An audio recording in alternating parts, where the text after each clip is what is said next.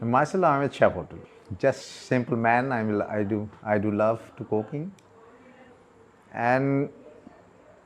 actually, one line I always believe: I living for cooking. Without cooking, I am nothing. So, যদি মোৰ বিষয়ে মই নিজক যদি মই ক'ব লগা হয় মই এটা কথাই ক'ম যে মানুহে যি ভাল পায় সেইটো কৰিব লাগে আৰু মই মোক বিচাৰি পাইছিলোঁ স্পাইচৰ মাজত কুকিঙৰ মাজত আৰু ট্ৰেভেলৰ মাজত আৰু তিনিটা বিষয়ে মোক জীয়াই থকাত সহায় কৰিছিল আৰু মই নিজক যদি ওৱান ৱৰ্ড ক'ব লগা হয় I am very passionate about food. I am passionate about travel. So this is my identity. So people know me as chef.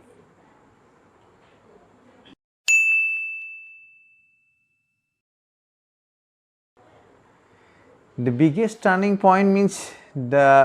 I am basically very patriotic. Actually, I am seriously মই অসমীয়া মানুহক খুব ভাল পাওঁ আৰু অসমীয়া জাতিটোৰ কাৰণে কিবা এটা কৰাৰ এটা খুব স্পৃহা আছিলে এখন বিয়াই মোক গোটেই হোল সিচুৱেশ্যন টাৰ্ন আপ কৰাইছিল আচলতে বিয়াখনত মই যেতিয়া গৈছিলোঁ তেতিয়া 1997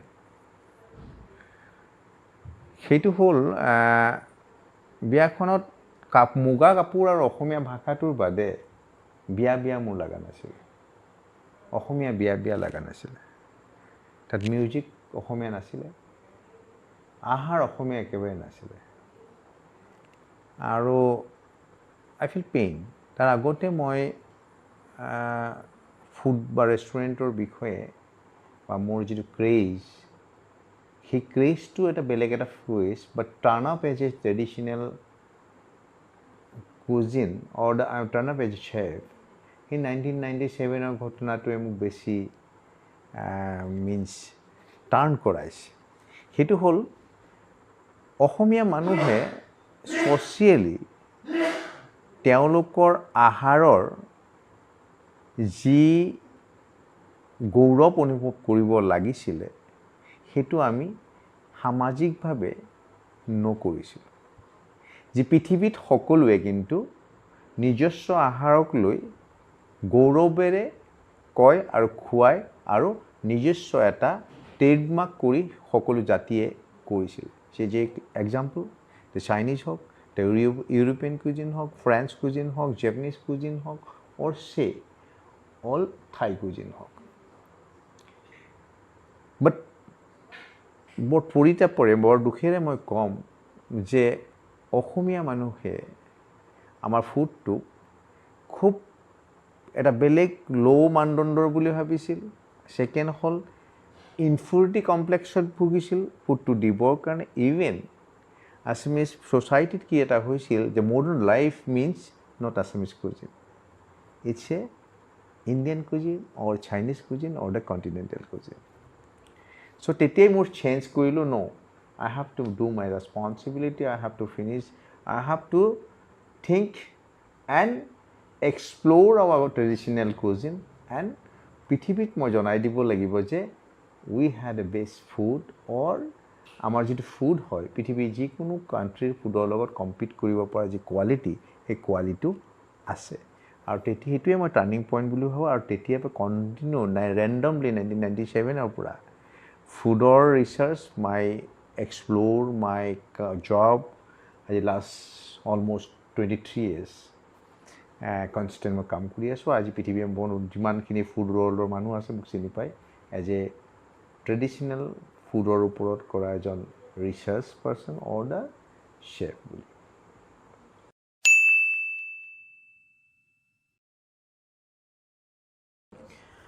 See, my venture is actually it's not today's venture, it's my whole life effort to promoting my original cuisines, my Assamese cuisine. And my biggest motive is to explore and promoting our regional cuisine. Sorry. তো এইটো মই আজিৰ বা কালিৰ বা পৰহিৰ মই বুলি নকওঁ মোৰ লাষ্ট 23টা বছৰ আৰু আহি থকা মৃত্যুৰ শেষ মুহূৰ্তলৈকে যে আমাৰ যিটো ফুড এই ফুডটোক বিশ্বত আমি চিনাকি কৰি দিবই লাগিব আৰু তাৰ লগত ৰিলেটেড যিবিলাক বস্তু আছে যে এখন মোক ফুডৰ ৰিচাৰ্চ চেণ্টাৰ লাগে যিটো মই সোণাপুৰত কৰিছোঁ মোক এখন হাৰ্বেল গাৰ্ডেন লাগে যিটো মই সোণাপুৰত বনাইছোঁ যি গাৰ্ডেনে the aromatic herbs, you know about the aromatic herbs. That aromatic herbs যিটো already আমি হেৰাই দিছোঁ because there is a two reason for that. One reason is that যে global warming, second হ'ল deforestation আৰু এটা হ'ল awarenessৰ যিটো অভাৱ সেই যাৰ কাৰণে আমাৰ যিবিলাক aromatic যিবিলাক herbs আছে যি edible হয় do have medicinal property আৰু সেই সকলোবিলাক আমি লাহে লাহে আমাৰ মাজৰ পৰা নাইকিয়া হোৱা গৈছে মই আকৌ ৰিভাইভ কৰিছোঁ আকৌ মই কালেক্ট কৰিছোঁ আকৌ মই প্লেন্টেশ্যন কৰিছোঁ for the future gastronomy for our cuisine so' new জেনেৰেশ্যনে যেতিয়া এই ফিল্ডত কাম কৰিব তেওঁলোকে আৰু সেই হাৰ্বছখিনি বা সেই ফুড কালচাৰখিনি বিচাৰিবৰ কাৰণে বেছি কষ্ট নহ'ব যিটো মোৰ হৈছিলে তাৰমানে চ' মোৰ নিউ ভেঞ্চাৰ বুলি ক'ব গ'লে from last year 2019 I started one project called Dumahi. It's called a Heritage Village Kitchen where I create 3 to 4 numbers of patterns of kitchen all the some of the tribal kitchen, some of the plain kitchen, some of the like hill kitchen. So 3-4 types of kitchen আৰু তাৰ লগত related যিখিনি the process আছে যেনে how to preserve dry our fish ধোৱা চাং বা আমাৰ ঢেকীয়া শাল কেনেকুৱা উৰল কেনেকুৱা কেনেকৈ আমি ব্ৰেণ্ডিং হোল এটা ফুডৰ লগত থকা এখন village that called the village ethnic village kitchen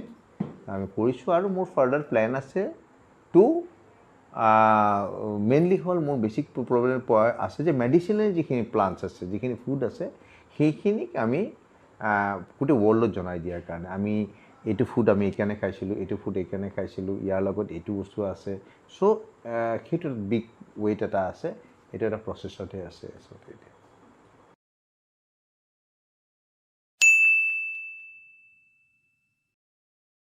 the Vishnurova and because see before starting my journey that was the moment actually এখন মই কিতাপ বিষ্ণুৰ এটা লাইনত মই এখন কিতাপ কিতাপৰ পেজ নম্বৰ 213 নে লাইক দ্যাট তাত লিখা আছিল যে অসমীয়া বোৱাৰী অকল বোৱা কাটতে পাকৈত নহয় ৰন্ধা বঢ়াটো বৰ পাকৈত আৰু অসমীয়া আহাৰ ভাৰতৰ কোনো ৰাজ্যৰ লগত মিল নাই এইটো এটা লাইন আছিলে তো মোক মুভ কৰাৰ কাৰণে আৰু সেইটোৱে মোক এটা চিন্তা শক্তি দিছিলে যে নহয় যে যি মই বিচাৰি আছিলোঁ সেইটো বিষ্ণুভাই ক'লে আৰু যেইদৰে মই কৰিব গৈ আছোঁ সেইটো হ'ল এটা ৰেছপন্সিবিলিটি আৰু সি এটা ইনস্পিৰেশ্যন আচলতে আৰু মই মাৰ কাৰণে মই ক'ব নোৱাৰোঁ বা মই দেউতা বুলি কয় দেউতা বহুত সৰুতে ঢুকাইছে সেইটো he is not my inspiration because he is dead মোৰ মায়ে পাইছিলে কিন্তু মাৰ সেই ভিশ্যনটো নাছিলে যে মই কৰিবলৈ কিন্তু মই চব বিচাৰি পাইছিলোঁ সেইটো হ'ল মানুহ এজনে সমাজক তাৰমানে বিভিন্ন এংগেল দি সমাজৰ প্ৰতি ৰেছপন্সিবিলিটি ল'ব পাৰে আৰু বিষ্ণুভাৰ কথা আমি জানো তেজপুৰৰে আমাৰ মানুহ আৰু তেওঁৰ যি লিখা তেওঁৰ যিটো কালচাৰ বা তেওঁৰ যিটো energy toward our society so' may be next আমি নাপাম আজিলৈকে পোৱাও নাই তুমিও তোমালোকে য়াং জেনেৰেশ্যন বা আমি পাই আছোঁ চ' আই think বিষ্ণুভাৰ is main inspiration for me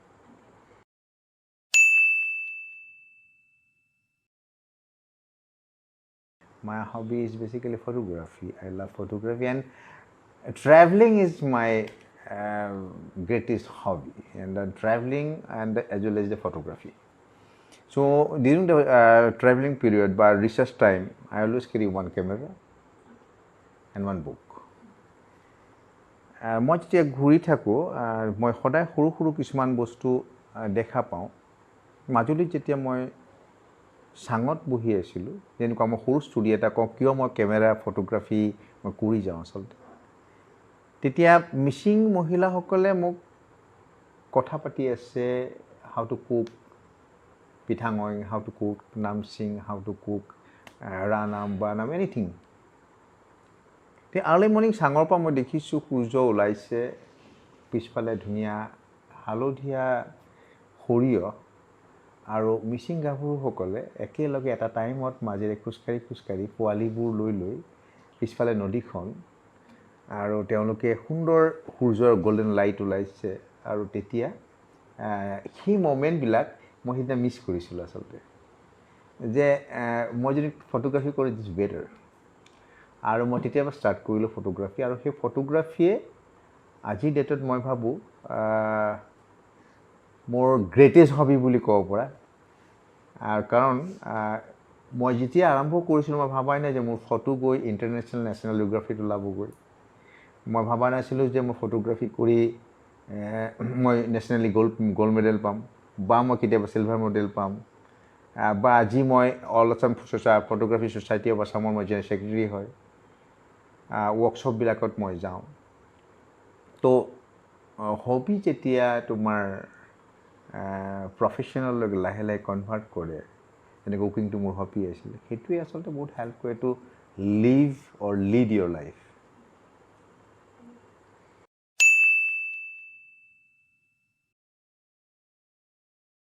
So one very simple, love yourself and always be romantic and always be practical and always be dreamer. Without dream, you cannot achieve. Without romance, you cannot live. So main কথাটোৱে হ'ল focus your life and love mainly, very important, love yourself. So সেইটো বেছি important হয় জীয়াই থাকিবৰ কাৰণে নিজক ভাল নাপালে কাকো ভাল পাব নোৱাৰে আৰু যদি নিজক ভাল নাপাওঁ বুলি কয় সি চেলফিছ হয় তাৰ লগত কেতিয়াও থাকিব নালাগে